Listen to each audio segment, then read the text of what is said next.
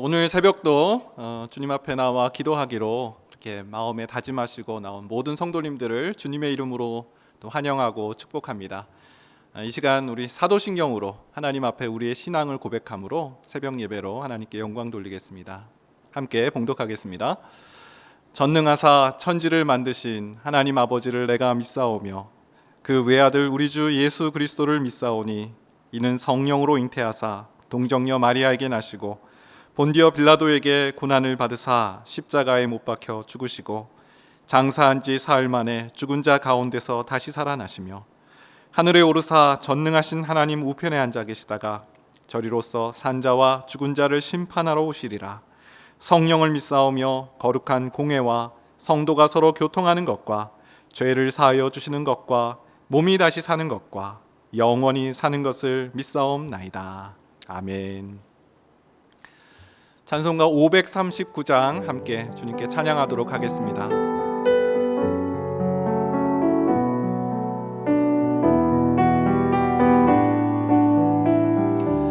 너 예수께 조용히 나가, 너 예수께 조용히 나가, 내 모든 짐 내려놓고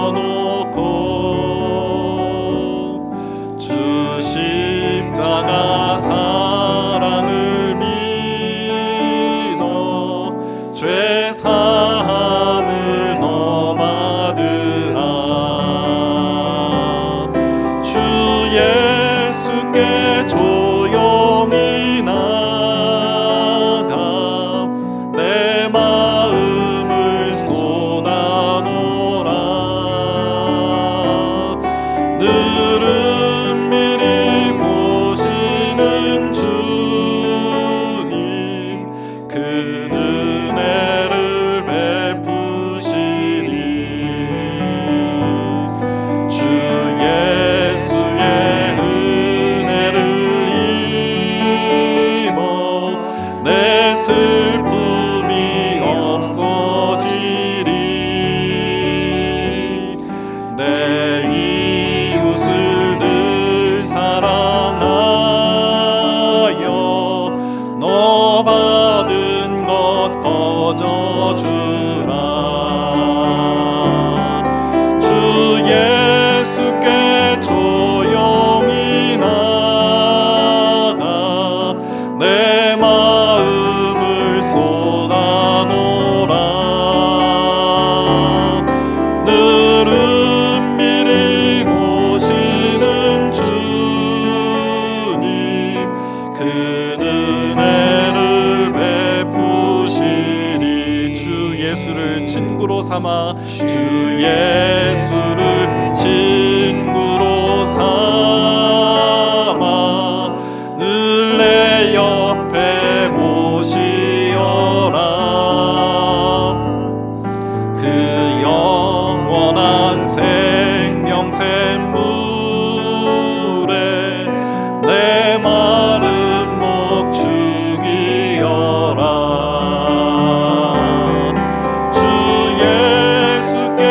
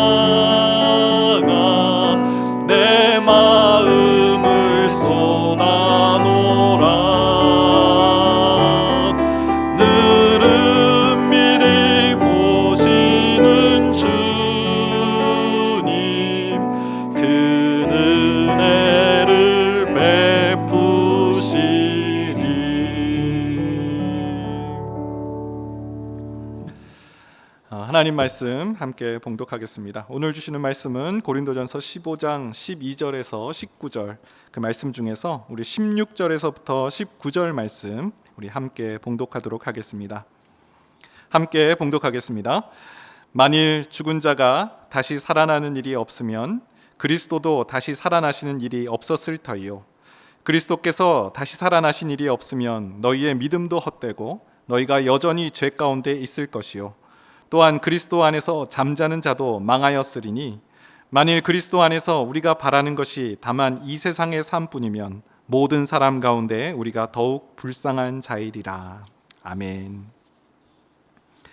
오늘 성경 고린도전서 15장 말씀 부활장으로 잘 알려진 그런 성경입니다. 바울은 고린도 교인들에게 부활에 대해서 전하고 있습니다. 이유가 있죠. 왜 부활에 대한 이야기를 이 편지에 썼을까? 고린도 교인들 중에 이 부활을 믿지 못하고 있다는 사람들이 있다는 소식을 들었기 때문입니다. 12절 말씀 우리 읽지는 않았지만 12절 말씀에 보니까 그리스도께서 죽은 자 가운데서 다시 살아나셨다 전파되었거늘 너희 중에서 어떤 사람들은 어찌하여 죽은 자 가운데 부활이 없다 하느냐. 바울은 고린도 교회, 자신이 개척한 이 교회에 심각한 신앙의 오류가 있다라는 것을 발견하게 됩니다. 그래서 이 편지를 써서 이 부활의 사실을 정확히 알려주고 깨닫게 하기 위해서 이 15장을 쓰고 있다는 것입니다. 어제 본문 고린도전서 15장 1절에서부터 11절 말씀까지는 바울이 부활의 역사성에 대해서 말씀을 했습니다. 역사성, 실제 있었던 일이다라는 뜻이죠. 부활은 사실이다, 실제로 일어난 일이고 부활을 목격한 사람들이 있다라고 소개했습니다.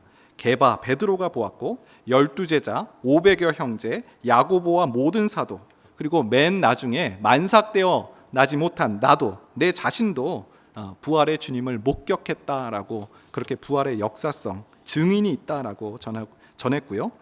오늘은 이 부활을, 예수님의 부활을 새로운 방식으로 또 전하고 있는 모습을 보게 됩니다.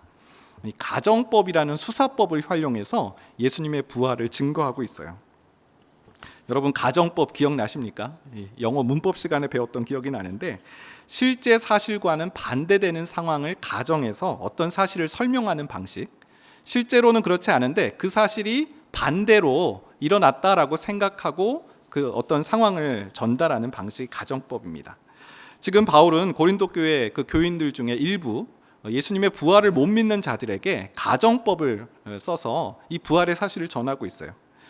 너희가 주장하는 대로 정말 부활이 없다라고 한번 생각해 보자. 실제로는 부활이 있지만 너희가 말한 대로 부활이 없다라고 하면 어떤 일이 일어나는지 한번 살펴보자라는 내용이죠. 7가지 양상이 벌어진다라고 전하고 있습니다. 첫 번째 13절인데요. 죽은 자의 부활이 없다면 예수님이 살아나지 못하셨을 것이다. 당연한 말이죠. 죽은 자의 부활이 없다라고 말하면 예수님의 부활을 부정하는 것입니다. 두 번째 14절, 그리스도께서 만일 살아나지 못하셨으면 우리가 전파하는 것도 헛것이다. 예수님의 부활을 줄기차게 전했어요. 사도들은 가는 곳마다 예수 부활하셨다라는 사실을 전했죠.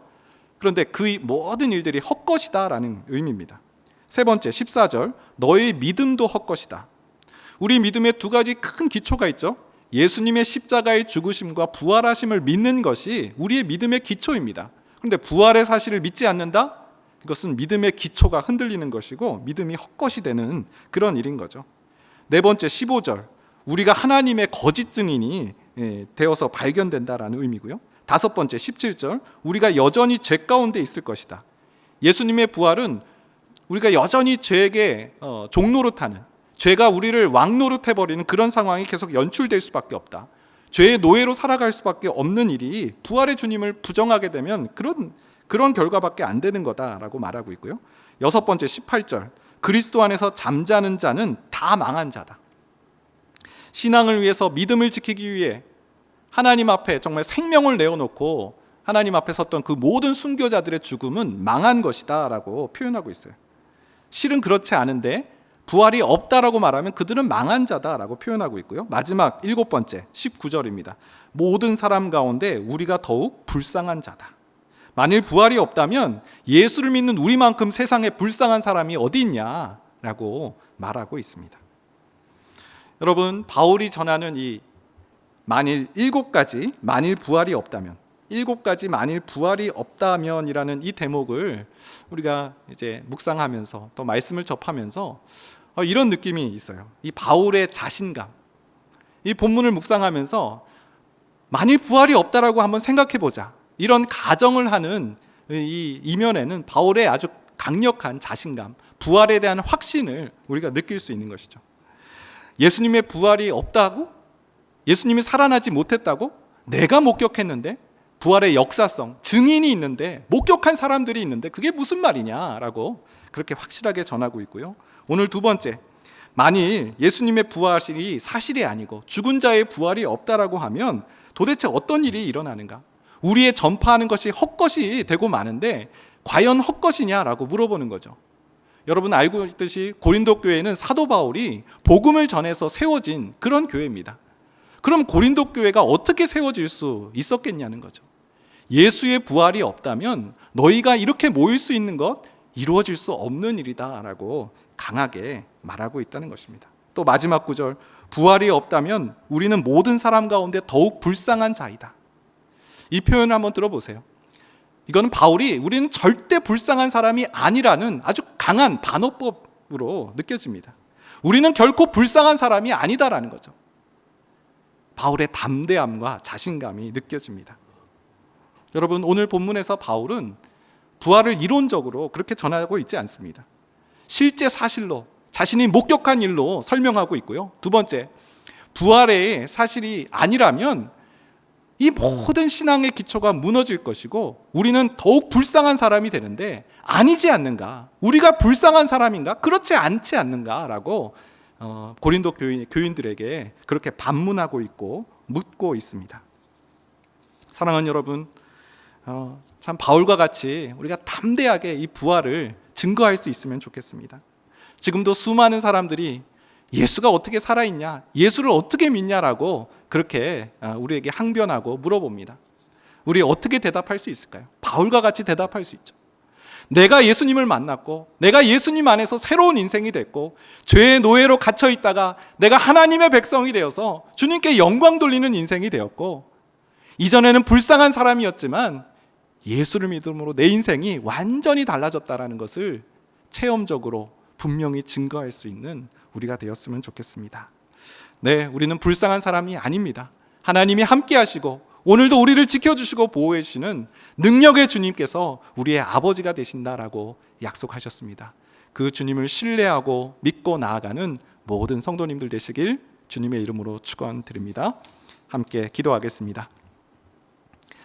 좋으신 하나님, 오늘 이 아침에 또 사도 바울을 통해서 부활의 소식을 다시 한번 듣게 하시니 감사합니다. 주님, 이 세상엔 여전히 바울 당시에도 그랬던 것처럼 부활을 믿지 못하는 사람들이 있습니다. 하나님, 바울은 이론적으로 부활을 가르치고 설명하지 않았습니다. 자신이 만난 그 주님, 그 주님과의 교제, 지금도 역사하시고 살아계신 그 하나님의 일하심들을 증거하며 전했습니다. 하나님, 우리에게도 이러한 담대함과 자신감, 또 영적 체험을 허락하여 주시옵소서. 그래서 수많은 어떤 이단 앞에서도 어떠한 진리를 왜곡하는 자들 앞에서도 생명의 말씀을 분명하게 증거할 수 있는 능력과 은혜를 덧입혀 주시옵소서. 오늘 하루 그 믿음의 삶을 충성스럽게 감당하는 모든 주의 성도들 될 수 있기를 소망하오며 이 모든 말씀 우리를 구원해 주신 예수님의 이름으로 기도합니다. 아멘. 말씀을 기억하면서 우리 두 가지 기도 제목 같이 나누고 함께 기도했으면 좋겠습니다. 첫 번째 기도 제목은 바울과 같이 예수님의 부활하심을 담대히 증거할 수 있는 확신과 믿음을 주옵소서. 바울이 가진 그 담대함과 자신감 우리에게도 허락해 주옵소서. 두 번째, 거짓 진리에 빠져 있는 자들에게 진리를 전할 수 있도록 말씀의 지혜를 주옵시고 영적 깨달음을 주옵소서. 우리 두 가지 말씀 기억하면서 우리 주여 한번 외치시고 기도하며 나아가겠습니다. 주여, 좋으신 하나님 감사합니다. 오늘 우리에게 또 귀한 말씀의 은혜를 허락하여 주셨습니다.